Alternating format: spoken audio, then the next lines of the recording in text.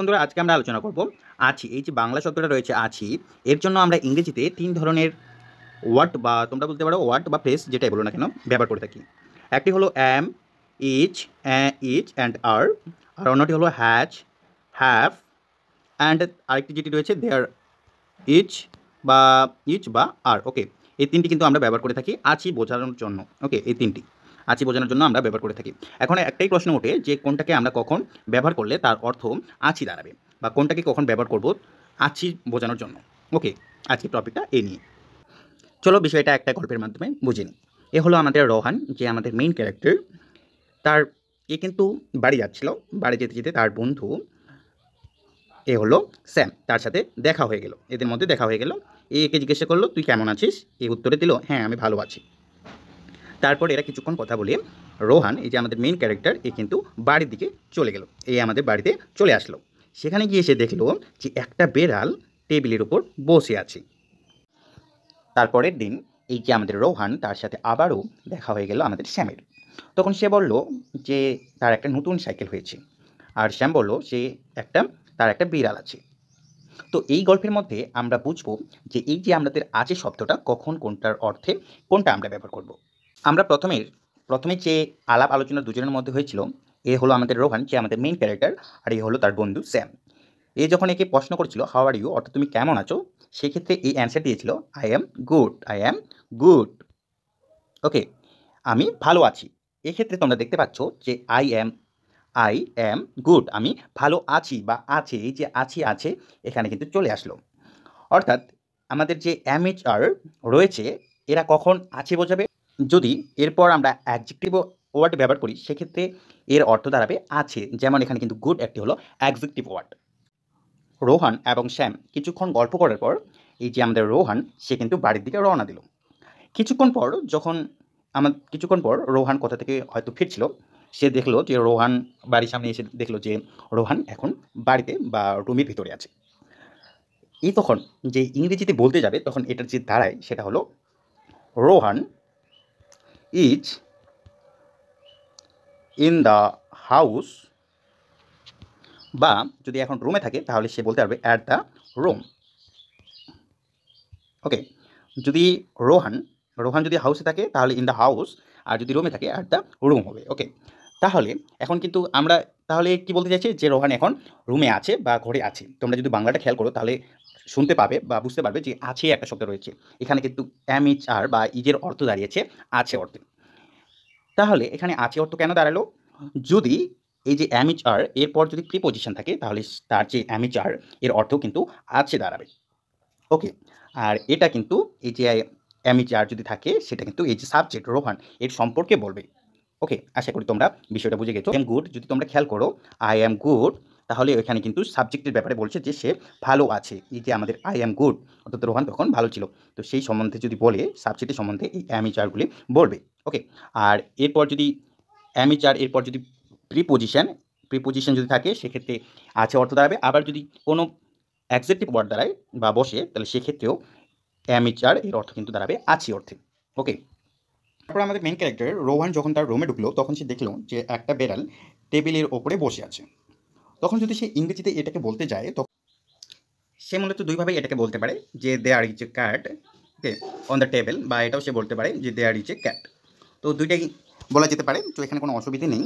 কিন্তু এটার বাংলা অর্থ কী দাঁড়ায় যে সেখানে একটি বিড়াল আছে, আর এটার অর্থ হলো সেখানে একটি বিড়াল আছে। আর অন্য যেটা রয়েছে এখানে কিন্তু বলা হচ্ছে যে টেবিলের উপরে একটি বিড়াল আছে, অর্থাৎ নির্দিষ্ট একটা জায়গা বোঝাচ্ছে যেখানে সে বিড়ালটা আছে। তো আমরা কি বলেছিলাম যে টেবিলের উপরে বিড়ালটা আছে, সে দেখলো যে টেবিলের উপরে বিড়ালটা আছে। যখন এটাকে ইংরেজিতে বলতে গেলো সে, তখন সে বলতে পারে যে দেয়ার ইজ এ ক্যাট বা there is a cat on the table.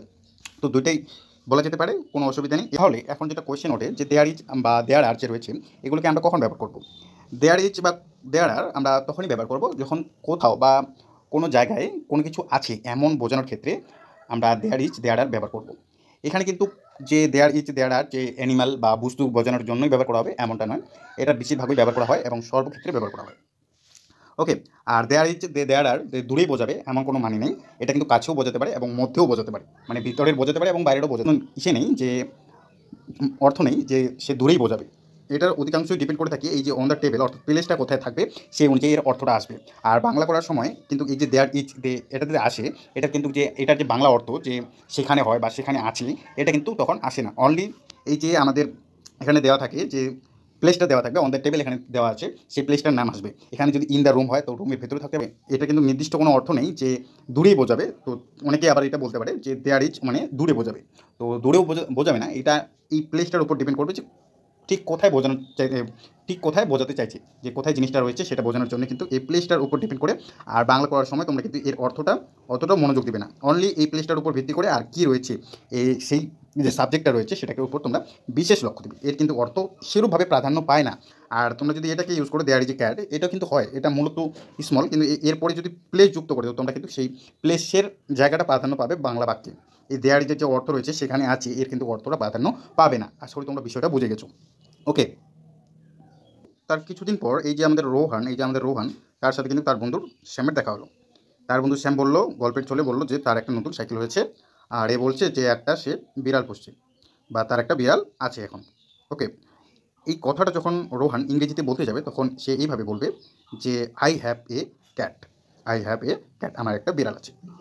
তাহলে এখন আমাদের কোয়েশ্চেন যেটা দাঁড়াচ্ছে সেটা হলো হ্যাভকে আমরা কখন আছি অর্থে ব্যবহার করবো। আমরা যদি এখানে বাংলা অর্থটা দেখি, আমার একটি বেড়াল আছে, ওকে, এর অর্থটা দাঁড়ায়। তাহলে আছে অর্থ হ্যাজ দিয়ে হয় কখন হবে, যদি এই যে আমাদের সাবজেক্ট এর কোনো অবজেক্ট, অর্থাৎ অবজেক্ট বলতে এখানে ক্যাট রয়েছে, এখানে অন্য কিছু হতে পারে, বস্তু হতে পারে, জিনিস হতে পারে, যাই হোক না কেন, অনেক কিছু হতে পারে। তো যাই হোক না কেন, তার ট্রেন্ডিং একটা বিষয় তোমরা শুনে থাকবে যে I have a boyfriend, I have a girlfriend. তো সেগুলো কিন্তু এখানে হতে পারে। ওকে, জিএফ হতে পারে, বিএফ হতে পারে, তো এটা হতে পারে, তোমরা এটা বুঝে শিখেছো বোধ হয়। তো এখানে কিন্তু আছে শব্দটা, এখানে কিন্তু বিএফ হতে পারে, জিএফ হতে পারে। ওকে, বুঝতে পারে এই ক্যাটের জায়গায়। তো তখন এই যে হ্যাভ এর অর্থ কিন্তু দাঁড়ায় আছে অর্থে। এবার কোয়েশ্চেন হলো যে এখান থেকে তো আমরা বুঝলাম যে এটা কিন্তু আছে অর্থ দাঁড়াচ্ছে, কিন্তু আমরা এটাকে কেমন করে ইউজ করবো বা কখন আমরা এটাকে ইউজ করবো। এখন আমি বলে রাখি, যদি সাবজেক্ট এই যে আমাদের সাবজেক্ট রয়েছে আই, বা কোনো যদি তোমরা সাবজেক্টটাকেও চেঞ্জ করতে পারো, তখন কিন্তু এখানে যদি যে কোনো সাবজেক্ট থাকতে পারে, এর কোনো কিছু রয়েছে অর্থাৎ অবজেক্ট রয়েছে অর্থাৎ কোনো কিছু গাড়ি বাড়ি যাই কিছু হোক, মানুষ হতে বা ক্যাট হতে, মানে যত সব কিছু হোক, ওর যদি নিজের থাকে, অর্থাৎ এখানে কিন্তু ক্যাটটা তার আছে, ক্যাট আছে, একটা কিন্তু জিনিস তার কাছে আছে বা বস্তু আছে বা একটা এনিম্যাল আছে, এই যে সাবজেক্টের কাছে কোনো কিছু জিনিস আছে সেটা বোঝানোর ক্ষেত্রে আমরা কিন্তু তখন হ্যাভ ব্যবহার করবো। ওকে, সাবজেক্টের যদি কোনো কিছু থাকে বা আছে বোঝাতে, কোনো জিনিস আছে বোঝাতে আমরা তখন হ্যাভকে ইউজ করব।